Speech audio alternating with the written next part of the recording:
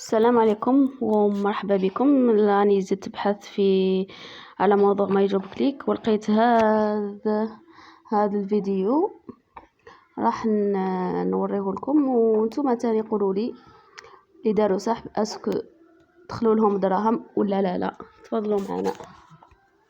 السلام عليكم ورحمة الله تعالى وبركاته. إخواني أخواتي، مرحبا بكم في قناتكم قناة كينجلات. إن شاء الله اليوم عندنا لكم فيديو جديد. فيديو اليوم ما راح ندير حلا شرح ولا شيء، فقط راح نتحدث على هذا الموقع. موقع ماي جوب كليك اللي كنت شرحته قبل حوالي شهرين أو أكثر أو شهر ونصف. المهم هذا الموقع اللي قلت لكم باللي تربحوا منه وتسحبوا أموال، ونعم يعني كان فيه امل يعني في هذا الموقع انه نقدروا نسحبوا منه اموال، وخاصه ان الموقع عنده المهام يعني بمبالغ جيده ب 0.30 0.50 دولار. ولكن للاسف الموقع يعني يوم بعد يوم يثبت عدم المصداقيه نتاعو. حتى في الشهر الماضي يعني كل يوم يعني نزيد نتاكد بلي هذا الموقع راه نصاب. يعني في البدايه كنت متحمس، انا شخصيا كنت متحمس لهذا الموقع لما شفته يعني في الخارج. يعني انا بديت اكتشفته في دول اخرى ماشي هنا، في جروبات اجنبيه لقيتهم يتراسلوا في الموقع بيناتهم، وفي التعليقات يقول لك بلي الموقع جيد وكذا ويسحب وما في حتى مشكل، وخاصه الموقع جديد.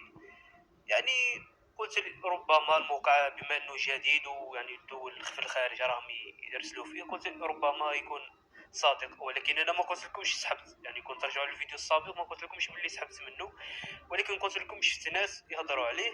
وحتى الدعم في البدايه كان يرد، يعني ترسل لهم عبر الايميل. الدعم ما تلقاش هنا اخواني الكرام، ماشي هنا. تكتب برك ما يجوب كليك كونتاكت يخرج لك في جوجل منين تكونتاكتيهم. في البدايه رد عليا قال لي بلي تكمل المهام حتى الاخير، وفي الاخير ندفعوا الاموال. وبعد ذلك بعد حوالي اسبوع عاد ما يردش عليا الدعم. لا علينا، المهم انا كملت في الموقع، يعني كملت نخدم فيه، وانتم ايضا شفتكم متحمسين لهذا الموقع. بعد ما كمل يعني الشهر وباش نسحب الاموال، سحبت الاموال يا اخواني الكرام حوالي 900 دولار. روحوا الانسحاب. نعم، هنا اخواني الكرام يوم 11 عفوا نعم يوم 11 ديسمبر 2023 سحبت 955 دولار. وكما تشوفوا قال لك هنا زعما نصرف الدفعه، نتابع عمليه صافي بعد 30 يوم اضافه طلب السحب. يعني بعد اضافه طلب السحب بعد 30 يوم زعما كما نقولوا يراجعوا الدفعه نتاعك ويبعثوها لك. ولكن تبقى تحت العمليه هي، يعني كما نقولوا في انتظار الدفع. تحت العمليه يعني في انتظار الدفع، ولكن مرت 30 يوم وبقات تحت العمليه يعني في انتظار الدفع. وهذا ياكد انه الموقع نصاب ما راحش يدفع، يعني راح تبقى ديما هكذا على ما اظن، ما راحش يدفع لك. وفي بعض الاحيان تجيني واجهه انا في الاعلى يقول لي باللي ما راكش تكمل المهام وما ندفعولكش كل ما تكملش المهام. وانا المهام كنت نكملها عادي. حتى الاحالات يعني كانوا عندي الاحالات، الناس اللي سجلوا يعني من الرابط نتاعي كاين بزاف وهكذاك وما دفعليش.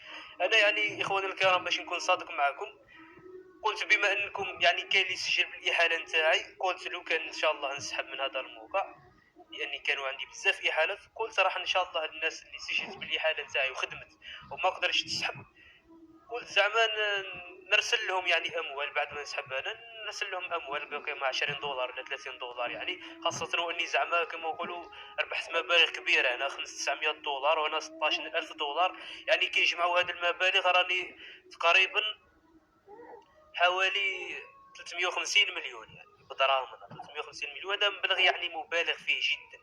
انا قلت لي يعني لو كان زعما نسحب، على بالي ما نسحبش، ولكن قلت زعما كون نسحب الاخوان يعني اللي خدموا معنا، قلت زعما اللي ما قدروش يسحبوا نرسل لهم ولا نسحب لهم. ولكن للاسف في الاخير الموقع نصاب. حتى يعني في الجروب هذاك اللي يبتمنوا الموقع واحد ما قال باللي سحب، ولكن لحد الان مازالوا يرسلوا في الرابط. يعني ما فهمتش انا هل دفع لهم هما ولا ما دفع لهمش، الله اعلم. ولكن انا ما دفعليش اخواني الكرام. الناس اللي راهي تخدم فيه وشافت هذا الفيديو ولا شافت الفيديو السابق ومازال تخدم، نقول لها من الافضل تحبس من الخدمه من هذا الموقع لانه لا يدفع. الناس اللي تقول لك ربما نجرب بالك يدفع لي، كل واحد حر اخواني الكرام. هذا ما كان بالنسبه للموقع ما يجوب كليك. انا كنت معكم صريح اخواني الكرام منذ البدايه، يعني ما قلت لكمش انا في البدايه راني سحبت باش ما يجيش الناس يقولوا لي راك قلت لنا ولا سحبت، ولا كنشوفوا الفيديو مازال باللي قلت لكم انا ما سحبتش منه، ودرت لكم يعني باللي بعد 30 يوم نقول لكم باللي اسكو صادق ولا ما صادقش. راني ثاني اكدت لكم اخواني الكرام باللي الموقع ليس صادق، وحطيت لكم ايضا في منتدى القناه منشور، وكاين اخوان علقوا وتفهموا الوضع، وشكرا للجميع، شكرا لاي شخص يتفهم هذا الامر. يعني انا ما رانيش مبرر ولا، ولكن لان على بالي كاين بزاف ناس علقوا الامل هذا الموقع، وانا شخص واحد منهم اخواني الكرام. وعلى بالي كاين ناس تعبوا لي، هذا راني نحاول يعني باش نصحح الوضعيه نتاعي اخواني الكرام، لاني مانيش يعني مطالب بهذا الشيء. اذا هذا واحد من الشهود على انه ما قدرش يسحب من الموقع. انا اصلا مازال ما كملتش المهام تاوعي، ما نقدرش ناكد لكم على هذا الموضوع، مازال ما سحبتش. اذا نتوما اللي راكم معنا اللي درتوا سحب قولوا لنا في التعليق اذا قدرتوا تسحبوا ولا لا. ونعتذر من الجميع اللي علقوا امال على هذا الموقع، وانايا واحده منهم ثاني علقت امال عليه. والسلام عليكم ورحمه الله تعالى وبركاته.